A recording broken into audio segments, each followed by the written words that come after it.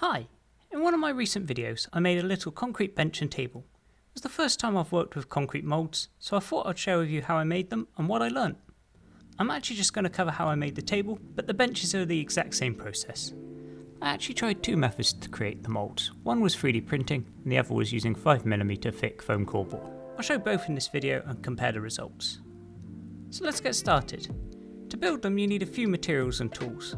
For both methods I used plastic cups, cement, sand, some cheap duct tape, Vaseline, some cheap paintbrushes, sandpaper, gloves, respirator, ice cream sticks, cutting mat and a craft knife. For the foam core moulds you need an A4 sized piece of 5mm foam core, a piece of A4 paper, some glue and a straight edge. For the 3D printed version you need a 3D printer and some filament. To create the 3D printed moulds I started by creating a model of the picnic bench. I used Cinema 4D for the 3D modelling, but you can use any 3D modelling software. Then I made an inverse of it using the ball tool, and this will be the mould. Then I split it into two parts to make it easier to remove once we've cast the concrete. I chose to make the walls of the mould pretty thin so that it'd be slightly flexible and easier to remove the cast from the mould. With that done, I sliced the model and then printed it.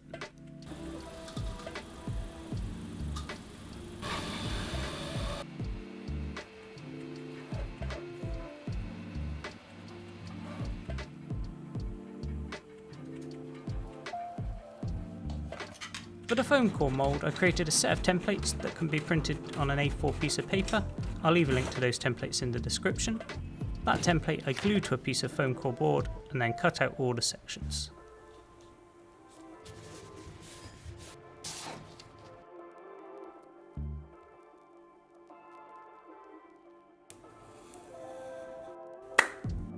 Assembly was the same for both types of mould. I just used some cheap duct tape to tape them all together, trying to make sure the parts of the mould were pressed tightly together. I had tape over all the seams so it couldn't leak. With the foam core template, make sure the paper you glued on is on the outside. As you can see, it was a lot easier to assemble the 3D printed moulds as it has a lot less pieces. You can also use hot glue instead of tape. You need to apply some kind of release agent to the moulds. I applied a generous amount of Vaseline as that's what I had easily available. I know some people mix the Vaseline with some mineral spirits to thin it out, and I'll test this in the future. You can also buy an off-the-shelf mould release to do this. Now it's time to mix the concrete. It's always best to wear gloves when dealing with cement and a respirator. For the concrete I used a ratio of approximately 3 parts sand, 2 parts cement and 1 part water. I mixed the sand and the cement first and then added the water. I partially filled each mould and used an ice cream stick to poke it in and then shook it to get the concrete level and in an attempt to remove any bubbles.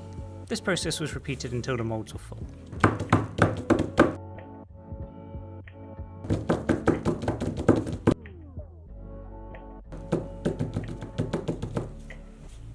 After a couple of hours I scraped any excess from the top and then left them for 24 hours to dry.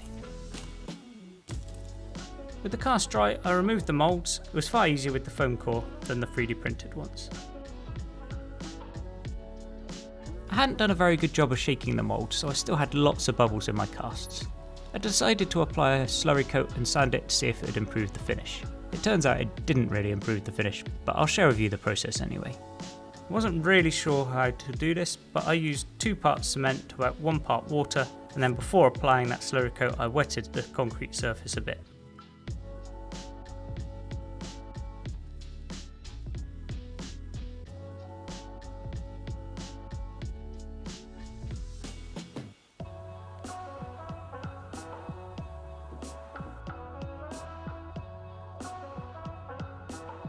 Then it was just a case of waiting for it to dry.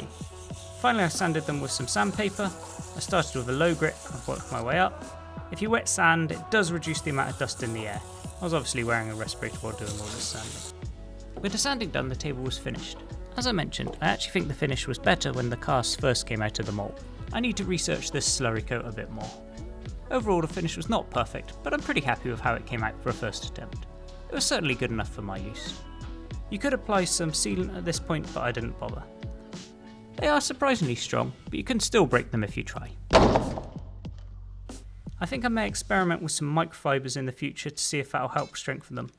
I've also read that you should soak small concrete parts in water for 48 hours after they come out of the moulds to reduce cracking, so I may also try that in the future. So to compare the two mould techniques, I think the good things about the 3D printed mould are it's easy to assemble as it only consists of two parts, the shape is more precise, you can see in the final cast that the cast from the foam core is a little misshapen, and it would be a lot easier to do curved shapes with a 3D printed mould, like this little table I made. And finally and importantly, I can easily reuse the 3D printed mould. It would just need a little scrub and it'll be ready to go again. The pros for the foam core mould are it's cheap and quick and requires no specialist materials. The finish was about the same on both of them, I couldn't really pick a winner there. What I didn't experiment with is using a latex mould, which is a much more common method and certainly something I'd like to do in the future. I hope you enjoyed this video and it was useful. If it was, please do subscribe as I hope to make more of this type of video in the future. Thanks for watching.